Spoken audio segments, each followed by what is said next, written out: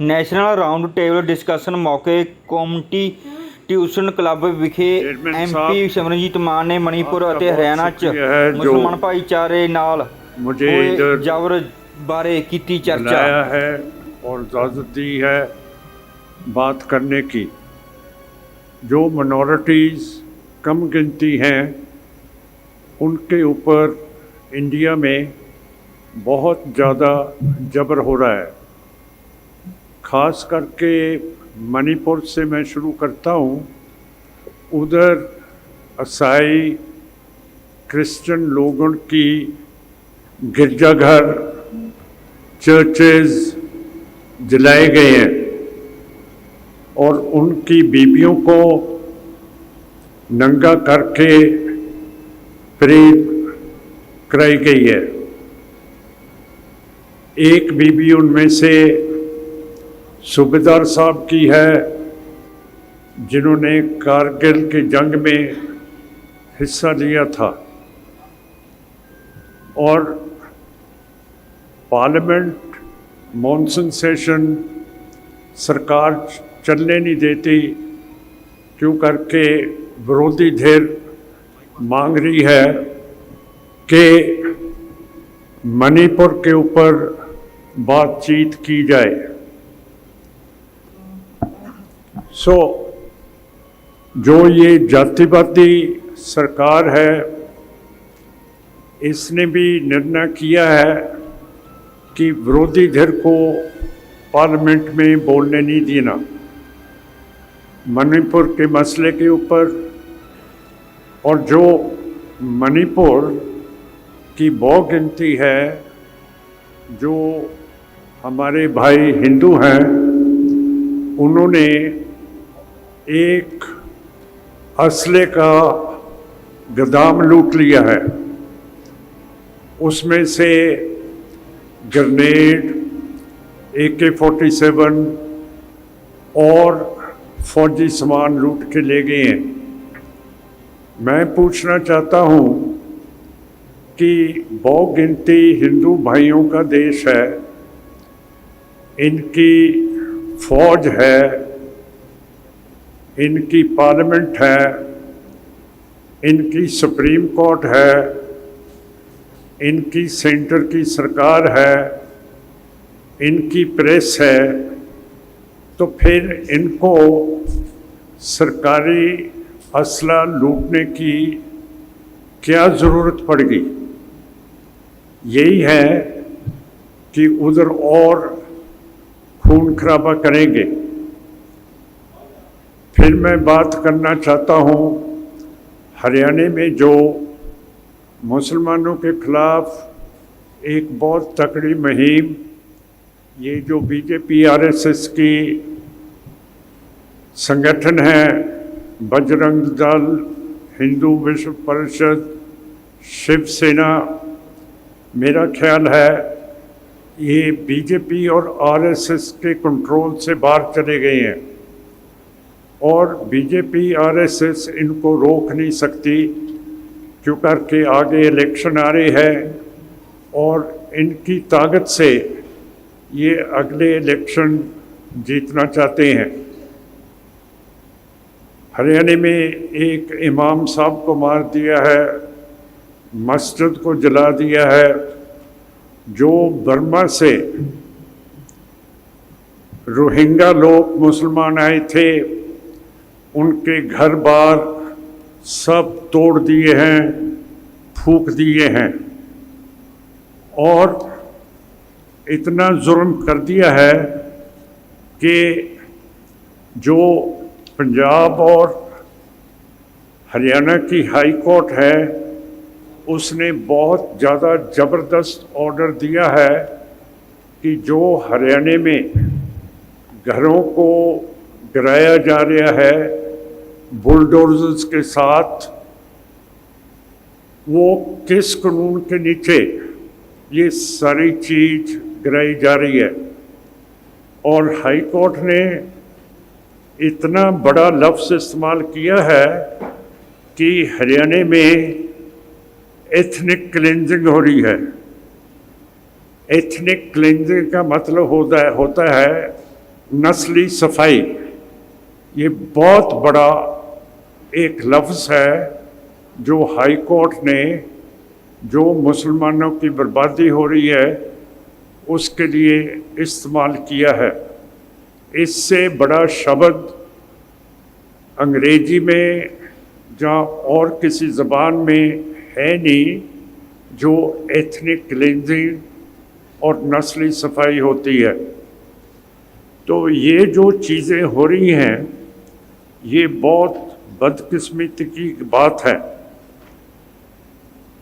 1992 में बबरी मस्जिद को गिरा दिया था, बेअदबी की थी, उसका केस चला, सुप्रीम कोर्ट में भी आ गया और गोगोई साहब जो चीफ जस्टिस थे सुप्रीम कोर्ट के, आप ऐसे मत समझना कि मैं सुप्रीम कोर्ट के खिलाफ बोल रहा हूँ, तो जो मेरी ज़िंदगी का सबक है कि जिस की ज़मीर मर जाए तो वो फिर किसी को अपने आप सामने खड़ा नहीं करा सकता है। जब ज़मीर किसी की मर जाती है तो कोई डर नहीं रहना चाहिए कि उसकी बात सच्ची करूं। तो गोगोई साहब चीफ जस्टिस थे सुप्रीम कोर्ट के, उन्होंने जो उनके साथ एक बीबी काम करती थी उसको छेड़ दिया। जब हम ऐसा जुल्म करते हैं तो ये केस पुलिस स्टेशन में जाता है, उधर एफआईआर काटी जाती है और तफ्तीश शुरू होती है। पर एक ख़ास कमेटी सुप्रीम कोर्ट की अलहदा बना दी गई जिसने कहा कि हम इसकी तफ्तीश करेंगे। जज तफ्तीश नहीं कर सकते हैं, ये हक सिर्फ पुलिस का होता है। तो जो महिला थी जिसकी छेड़खानी हुई थी उसने ये जजों की कमेटी को बोला कि मेरा वकील इस कमेटी के आगे पेश होगा, और सुप्रीम कोर्ट के जजेस की कमेटी ने बोला कि आपका वकील हमारे सामने पेश नहीं हो सकता है। जो आर्टिकल 21 कॉन्स्टिट्यूशन की उल्लंघना है, क्यों करके अपनी मर्जी का वकील करना हमारा संवैधानिक हक है। तो चलो ये केस चला, तो फिर बबरी मस्जिद का केस की सुनवाई होने शुरू हो गई और गोगोई साहब ने, चीफ जस्टिस साहब ने फैसला कर दिया कि बबरी मस्जिद के ऊपर राम मंदिर अयोध्या में बनाया जाएगा। जब ऐसा फैसला किया, सेंटर की बीजेपी आरएसएस से सरकार ने उनको एक बहुत बड़ा तोहफा दे दिया। उनको 6 साल के लिए नामजद कर दिया राज्यसभा का मेंबर। तो मेरा मतलब कहने का है कि जब सुप्रीम कोर्ट के चीफ जस्टिस घुस खा लेते हैं तो फिर इंसाफ कैसे होगा। फिर कश्मीर का मामला है जिधर बहुत जबर के साथ एफ्सपा कानून लगा हुआ है, उधर फौज किसी को भी मार सकती है, किसी को जबर जना कर सकती है, किसी को फट्टड़ कर देती है, किसी को कुछ कर सकती है, पर फौज के खिलाफ कानून एक्शन नहीं ले सकता, ना उधर एफआईआर दर्ज होती है।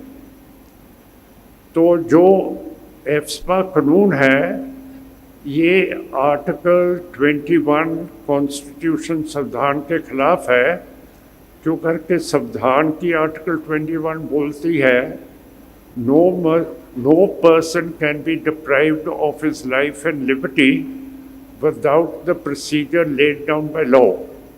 जिसका मतलब है कि किसी की ज़िंदगी और आज़ादी कोई भी नहीं ले सकता जितना चेर ये सारा मसला कानून के ज़रिए से ये आगे ना चले। सो सुप्रीम कोर्ट ने भी अपने हक छोड़ दिए हैं, क्यों करके सुप्रीम कोर्ट हमारी गार्डियन है संविधान की। अगर संविधान की रक्षा सुप्रीम कोर्ट और हाई कोर्ट्स नहीं करेंगे तो फिर हम लोग कहाँ जाएंगे। सो ये सारी बातें आपके सामने रखना चाहता हूँ कि कश्मीर में जो 5 अगस्त 2019 में कश्मीरियों की खुद मुख्तियारी ली गई थी, आर्टिकल 370 और 35A को भंग कर दिया था, और कश्मीर की जो असेंबली जमहूरियत थी उसको भी भंग कर दिया, और कश्मीर का सूबा तोड़ के उसको यूनियन टेरिटरी बना दिया। 5 अगस्त 2019 में ये जुल्म हुआ कश्मीर में, पर अब थोड़ी देर हुई है, 4 साल बाद सुप्रीम कोर्ट उस केस की सुनवाई कर रही है। अंग्रेजी की कहावत है कि justice delayed is justice denied. अगर आपको इंसाफ में देरी होगी है तो फिर इंसाफ क्या मिलेगा। ये सारी चीज़ें हमको सोचनी पड़ेगी कि ये देश कहाँ पर जा रहा है। किसी कम गिनती को नौकरी नहीं मिल रही, ना फौज में ना पुलिस में। कम गिनतियों के ऊपर शक किया जाता है, और शक तब करें अगर नथुराम गॉडसे ने गांधी जी को ना मारा हो। शक तो सबके ऊपर हो सकता है। तो बिल्कुल कम गिनती मिनॉरिटीज़ की जो आज हालात हैं वो बहुत गंभीर हैं। और कितने सूबे हैं, झारखंड है, छत्तीसगढ़ है, महाराष्ट्र है, उड़ीसा है, बिहार है। इसमें जो कबीले लोग हैं, ट्राइबल्स हैं, वो अपने जंगलों की संभाल करना चाहते हैं, पर जो बड़े बड़े कॉर्पोरेट्स आ गए हैं वो ज़मीनों को खोना चाहते हैं और उधर अपने खान बनाना चाहते हैं, कोयले के, आयरन के।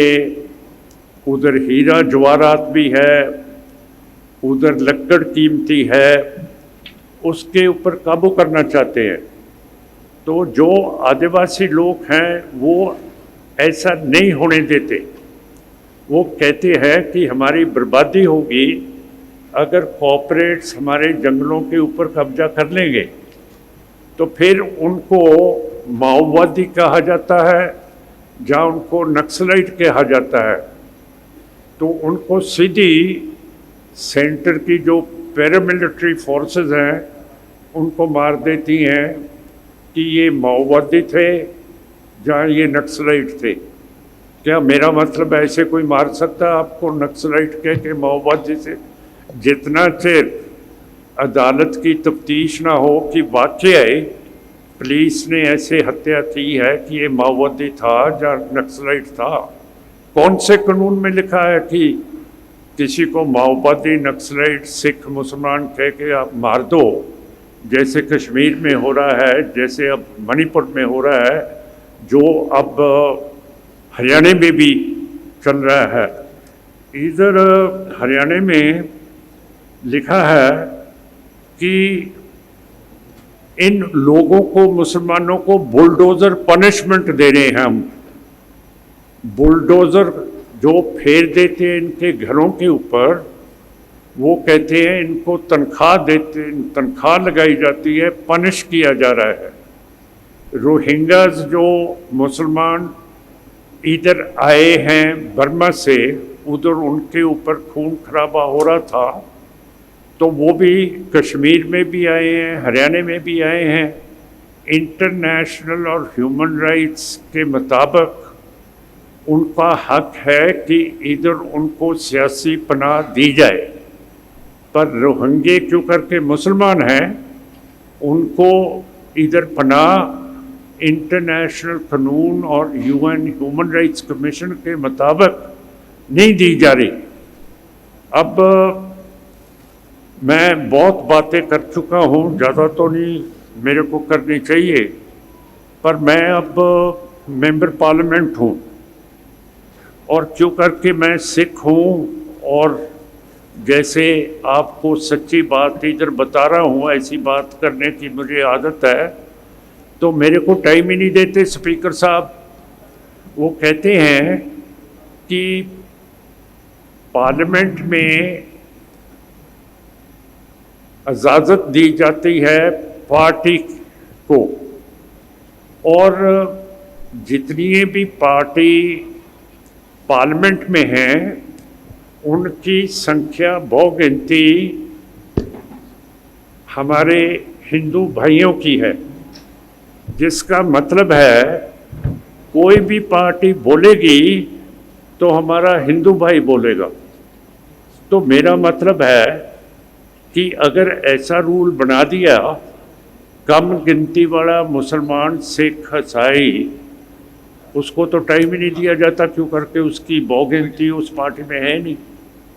सो ऐसे जो हमारी गिनती 20% बताया गया है मिनॉरिटीज़ की, अगर इलेक्शंस आ रहे हैं, हमको एकजुट होके एक फैसला करना चाहिए कि हम किधर भुगतेंगे और कैसी सरकार बनाएंगे। सो मैं आपका बहुत शुक्रिया करता हूं, जो मेरे को टाइम मिला है। पार्लियामेंट में मेरे को बोलने नहीं देते, इधर आपने मेरे को बोलने दिया है, तो मैंने आपको दिल की बातें बताई हैं, जो जुल्म हमारे ऊपर हो रहा है। बहुत बहुत मेहरबानी आपकी। वाहिगुरू जी का खालसा, वाहिगुरू जी की फतेह।